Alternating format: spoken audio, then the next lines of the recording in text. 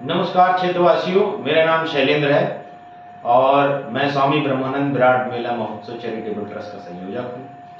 आज पुनः आपसे एक विशेष विषय से संबंधित चर्चा के लिए, सूचना के लिए आपसे रूबरू हो रहा हूँ। सबसे पहले राठ क्षेत्रवासियों को बहुत बहुत बधाई कि पिछले कई महीनों से जो ट्रस्ट पहल कर रहा है राठ में, जो मुख्य मार्ग का चौड़ीकरण है और नवीन सब्जी मंडी जो बंद पड़ी है कई वर्षों से, जो सरकारी पैसे से बनी है, जो आपके टैक्स के पैसे से बनी है, उस पर जो पहल चल रही थी हमारी कि उसको पुनः आरंभ कराया जाए। तो उन दोनों विषयों को लेकर के जो केंद्रीय मंत्री हैं हमारे माननीय श्री BL वर्मा जी, उन्होंने इस विषय का गंभीरता से संज्ञान लिया है। ट्रस्ट के जो पत्राचार हुआ है उनमें उन्होंने उस पत्र को गंभीरता से पढ़ा, समझा, विषय को जाना और कार्रवाई के निर्देश दिए। वो निर्देश अब हमारे जो जिलाधिकारी हमीरपुर हैं उनके पास पहुंच गए हैं और संभवतः चौड़ीकरण का काम कभी भी शुरू हो सकता है। और नवीन सब्जी मंडी जो हमारी बंद पड़ी है, मैंने पहले भी ये बात सोशल मीडिया के माध्यम से कही थी कि बहुत शीघ्र ऐसा हो सकता है कि जो बंद पड़ी सब्जी मंडी है वो शीघ्र चालू हो जाए। उसके कई कारण मैंने वहाँ आपको बताए थे उन पोस्टों में। तो आप सबको बहुत बहुत बधाई कि आप लोगों के आशीर्वाद सहयोग से ट्रस्ट की पहल पर ये सारे काम अब शायद पूरे हो जाएं और क्षेत्रवासियों की जो समस्या है चौड़ीकरण की या सब्जी मंडी की, उससे उनको राहत मिल जाए। लेकिन अभी आज आपने कुछ चीज़ें देखी होंगी कि सोशल मीडिया पर कुछ पत्रकारों ने कुछ पोस्ट डाली हैं, जैसे कि जो भाजपा के जिलाध्यक्ष जी हैं अपनी टीम के साथ वो उत्तर प्रदेश के मुख्यमंत्री से मिले हैं और पत्रकार ने अपनी तरफ से ये जो है उसमें टाइपो लिखा हुआ है कि मुख्यमंत्री जी ने अपने ऑफिशियल कार्यालय से जब उनकी भेंट हो रही वहाँ तो वहाँ DM हमीरपुर से फ़ोन पर बात की है और उनको निर्देश दिए हैं कि चौड़ीकरण पर और जो नई सब्जी मंडी जो बंद पड़ी है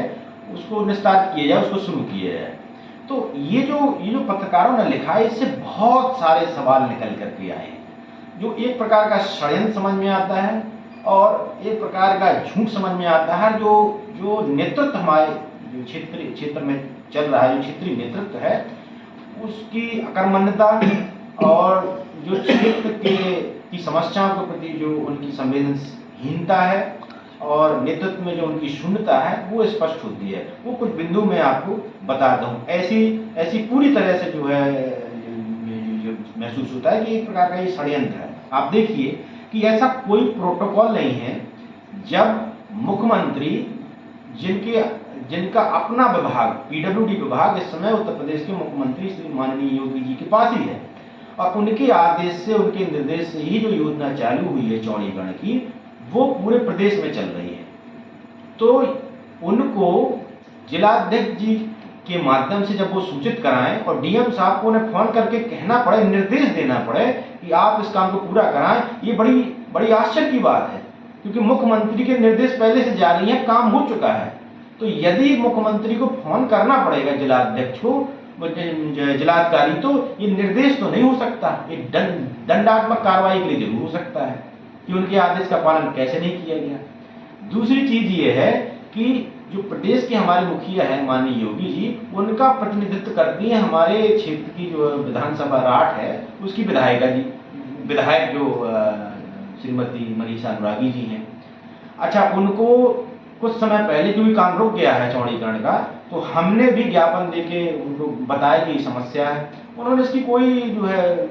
संज्ञान नहीं लिया, उनकी संवेदनहीनता रही इस विषय पर। उन्होंने कोई चर्चा नहीं की, कोई सहयोग नहीं किया। हमने DM साहब को भी ज्ञापन दिया, उन्होंने भी इसका कोई संज्ञान नहीं लिया। और इसके बाद हमने ये भी देखा कि व्यापारी जो है विधायक जी के घर में जाकर बैठक कर रहे हैं, जिनके साथ उन्होंने बाइट दी है कि व्यापारियों को परेशानी हो रही है, तो वो अनैतिक जो अतिक्रमण करता है उनके साथ खड़ी हुई है। ये वीडियो में स्पष्ट है। तो ये समझ में नहीं आता कि वो जो जिलाध्यक्ष जी हैं वो किस बात को सिद्ध करना चाहते हैं। ये पत्रकारों की बात पूरी तरह से झूठी समझ में आती है कि उसी सत्ताधारी दल जिनके अंतर्गत उन्हीं के मुखिया की योजना क्षेत्र में लागू नहीं हो रही है और उन्हीं के मुखिया कुछ नहीं कर रहे हैं, कोई संज्ञान नहीं ले रहे हैं। फिर अचानक जो है जब केंद्रीय मंत्री से हम ये बात पास करा लेते हैं, निर्देश दिलवा देते हैं डीएम साहब को, तो अचानक रातों रात वो वहाँ पहुँच जाते हैं और जो है डाल देते हैं कि मुख्यमंत्री जी ने डीएम साहब को फोन किया। तब तो ऐसा भी हो सकता है कि यदि लोग चाहें तो ये विचार भी चल रहा है कि यदि ये सभी लोगों में एकता बन जाती है और ये निर्णय हो जाता है तो हो सकता है कि इस बात पर कार्रवाई की जाए कि डीएम साहब इस बात की पुष्टि करें कि मुख्यमंत्री जी ने उनको फोन किया है कि नहीं किया, और मुख्यमंत्री जी को भी पत्राचार के द्वारा उनसे ये जाना जा सकता है कि वास्तव में उन्होंने इस संदर्भ में जिलाध्यक्ष जी ने उनको कोई सूचना दी है कि नहीं, क्या उन्होंने वास्तव में फोन किया है। क्योंकि जो अखबार आए हैं उसमें हमीरपुर का जो अखबार है जिसमें ये सब विवरण दिया उसमें कहीं भी राट के चौड़ीकरण का और नवीन सब्जी मंडी का जिक्र नहीं है, कहीं भी इस प्रकार की कोई चर्चा नहीं है। और इसमें आप देखें कि ये भी स्पष्ट होता है कि हमारे जो क्षेत्रीय नेता हैं वो क्षेत्र की समस्याओं के प्रति कितने संवेदनशील हैं। इसमें तो ऐसा लगता है कि उनको कोई फर्क ही नहीं पड़ता, उनका ही अपना काम, उनकी ही अपनी जिम्मेदारी, जिनको आप लोगों ने चुन करके अपने क्षेत्र की समस्याओं के निस्तारण के लिए बिठा रखा है, उनको कोई फर्क ही नहीं पड़ रहा है। और आखिरकार जब ये काम नहीं होता तो वो कहाँ जा रहे हैं, वो मुख्यमंत्री जी के पास जा रहे हैं जिनका यही निर्देश है कि लोगों की समस्याएं जो है निस्तारित की जाए। तो ये बड़ा उलझन वाला मामला हो गया, ये एक प्रकार का बड़ा अजीब षड्यंत्र टाइप का लग रहा है। ऐसा लगता है कि विधायक जी को कहीं ना कहीं मुख्यमंत्री के सामने आज जाने में बड़ा संकोच हो रहा है, क्योंकि शायद वो स्वयं रोड़ा बनी हुई है इस समस्या में, क्योंकि यदि वो विरोध नहीं कर रही थी तो फिर ये काम रुका कैसा, क्योंकि उनके निर्देशन में ही ये काम है, क्योंकि वो मुख्यमंत्री जी का ही प्रतिनिधित्व कर रही हैं। और यदि हर बात पर जैसे रेलवे के विषय पर या किसी और विषय वो जो है मुख्यमंत्री से मिलती है, तो इस विषय पर क्यों नहीं मिली? ऐसी क्या समझ, जो 6 महीने से जनता चिल्ला रही है और ट्रस्ट पहल कर रहा है तो उनको जाना चाहिए था, मुख्यमंत्री से कहना चाहिए कि डीएम साहब हमारी बात नहीं मान रहे, विभाग हमारी बात नहीं मान रहा। लेकिन ऐसा कुछ नहीं हुआ और जाना पड़ा जिलाध्यक्ष जी को, जिसकी कोई सूचना वास्तव में, कोई जो फोटो आई है मुख्यमंत्री जी की यहाँ से उसमें कोई लेटर नहीं दिखाया गया, कोई आदेश नहीं आए, किसी प्रकार की कोई पुष्टि नहीं है जिससे माना जा सके कि हाँ ऐसा कोई आदेश आया। लेकिन आप देखें कि पत्रकारों ने ये लिख दिया है कि मुख्यमंत्री जी ने फोन किया है। तो ये बड़ा अजीब सा षड्यंत्र लग रहा है, जिसको मुझे लगता है बहुत क्षेत्रवासियों को बहुत बारीकता से ये देखना चाहिए कि किस प्रकार की प्रक्रिया सत्ता पक्ष में चल रही हैं और आपकी समस्याओं के प्रति किस प्रकार का रवैया है लोगों का।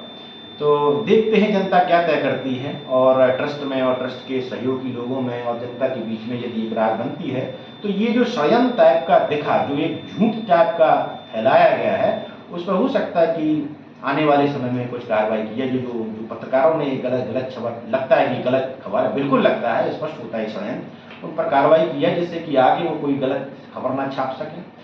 कोई बिना पुष्टि करी खबर ना छाप सके, जिससे क्योंकि लोगों में अराजकता फैलती है, गलत संदेश जाते हैं, नेतृत्व के प्रति भी जो है एक गलत संदेश जाता है, या क्षेत्र की समस्याओं के प्रति कोई अच्छा काम कर रहा है, समाजसेवी संगठन जो अच्छा काम कर रहे हैं उनके प्रति भी लोगों में जो है अजीब सी भावना आ जाती है। तो ये इन सब चीज़ के लिए हो सकता है, संभव हो सका तो मतलब कार्रवाई हो भी सकती है। तो मैं इस बात पे कोई स्टेटमेंट तो नहीं दे सकता, लेकिन ये भविष्य की योजना है कि ऐसा कुछ हो भी सकता है। और मैं पुनः क्षेत्रवासियों को बधाई देता हूँ क्योंकि उनके सहयोग, उनके आशीर्वाद और उनकी दी हुई ऊर्जा ने हमको ये शक्ति दी कि हम सतत इस विषय पर काम करते रहें। और ये हम भरोसा दिलाते हैं कि ट्रस्ट जो भी काम करेगा स्वामी जी के मार्गदर्शन में क्षेत्र के हित के लिए करेगा और निस्वार्थ भाव से करेगा। और हम कोई स्टेटमेंट या कोई ये चीज़ तो नहीं कह सकते कि हम बहुत सत्यवादी हैं या ऐसे हैं, लेकिन जितना हमसे बन पड़ेगा एक साधारण व्यक्ति की तरह, एक साधारण जो हम जागरूक लोग हैं, जितना हमसे बन पड़ेगा एक ट्रस्ट के माध्यम से क्षेत्र हित के लिए हम लोग काम करते रहेंगे। उसमें आपके सहयोग की हमें बहुत ज़रूरत है, बहुत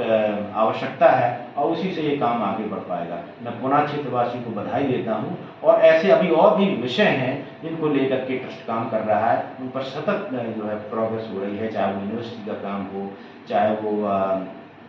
स्वामी जी के आश्रम से संबंधित हो, या फिर कई और विषय हैं जिस पर काम चल रहा है। और बहुत सारे लोग मेरे पास आते हैं कि उनको आरटीआई भी लगानी है, बहुत सारे लोग समस्याएं लेकर के भी आते हैं। सेवक सेना का भी संगठन हो गया, उसमें ही बहुत सारे लोगों का जो है फ़ोन कॉल्स आते हैं, समस्याएँ बताते हैं, लेटर्स आते हैं। तो जितना भी हमसे हो पड़ेगा, हम लोग इसमें क्षेत्रवासियों का जो है जितना हमसे सहयोग बन सकेगा वो हम कर रहे हैं और स्वामी जी हमारा मार्गदर्शन कर रहे हैं। हमसे जितना संभव हो पाएगा उतना क्षेत्र की